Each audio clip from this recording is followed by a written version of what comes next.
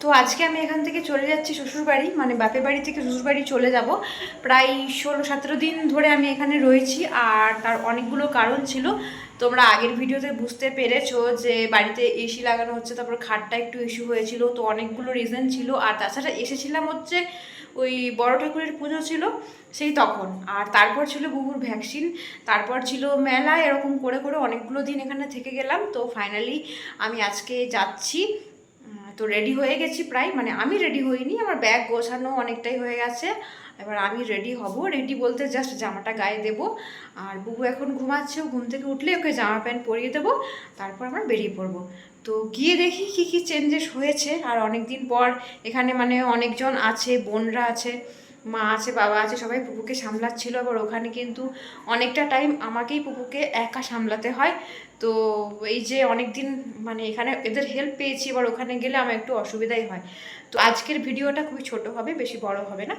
তো জাস্ট এটুকুই তোমাদের সাথে শেয়ার করব।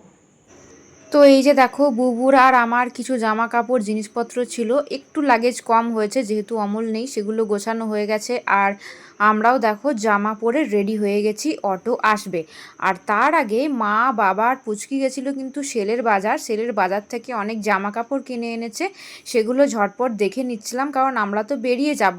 আর এখানে মা বলছিল যে বুবুর জন্য কিন্তু দুটো পাতলা গেঞ্জি এনেছে গরমে পরার জন্য, সেগুলো এই ভিডিওর মধ্যেই দেখো মা দেখাচ্ছে, আর তোমাদের সাথেও সেটা শেয়ার করলাম। এদিকে বাবাও একটা গেঞ্জি নিয়েছে, গেঞ্জিটা কিন্তু এক জায়গায় ছেঁড়া, কি আর করা যাবে।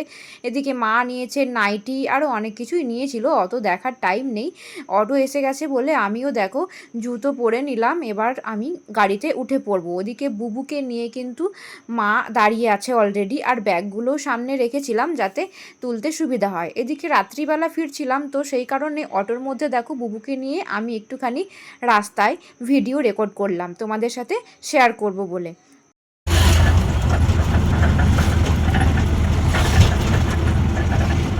তো এই যে আমরা এসে গেছি, এবার সিঁড়ি দিয়ে উপরে উঠছি, দেখছি প্রচুর জিনিসপত্র আগোছালো হয়ে রয়েছে। এটা হচ্ছে সামনের রুমটা, এই রুমটাতে আমরা থাকি না, মানে ওপরতলায় আমাদের দুটো রুম আছে, আর সামনের রুমে এই রুম থেকে অনেক জিনিসপত্র শিফটিং করা হয়েছে। ওই যে দেখো এসি লেগে গেছে, তো গরমে খুব কষ্ট হচ্ছিল বুবুকে নিয়ে থাকতে, সেই কারণে অমল ডিসিশন নেয় যে এবার আমাদের একটা এসি নিতেই হবে। বোর্ডগুলোও চেঞ্জ হয়েছে, ঘরটা কিন্তু ফাঁকাও হয়েছে, ঝুলটুল পরিষ্কার করেছে, দেখে তো খুব ভালোই লাগছে। তো এখন বাজছে রাত 11টা, আর অমল এখনও বাড়ি ফেরেনি, ওর ডিউটি থেকে একটা জায়গায় গেছে যেখানে ওর ইনভাইট আছে। তো এখন আমি আর পুপু অমলের জন্য ওয়েট করছি। আর এই যে এসে গেছে অমল, চলে এসছে।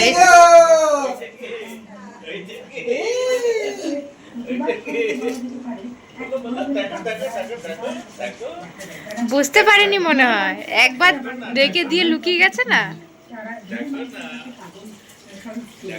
খাওয়া দাওয়া করে চলে এসছে একা একা। আর আমার জন্য কি এনেছো? দাও দাও। কিছু নাই। কেন কিছু নাই? তাহলে কি দেবো? কেন কেন কেন কেন ভালো মন্দ খেয়ে আসছো তুমি, আমার ইনভাইট ছিল তো, তা বলে আমার জন্য কিছু আনতে হবে না?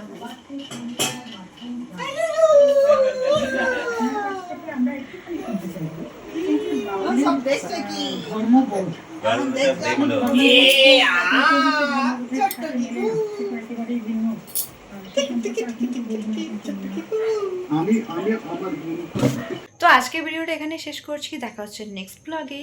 তো বাই বাই।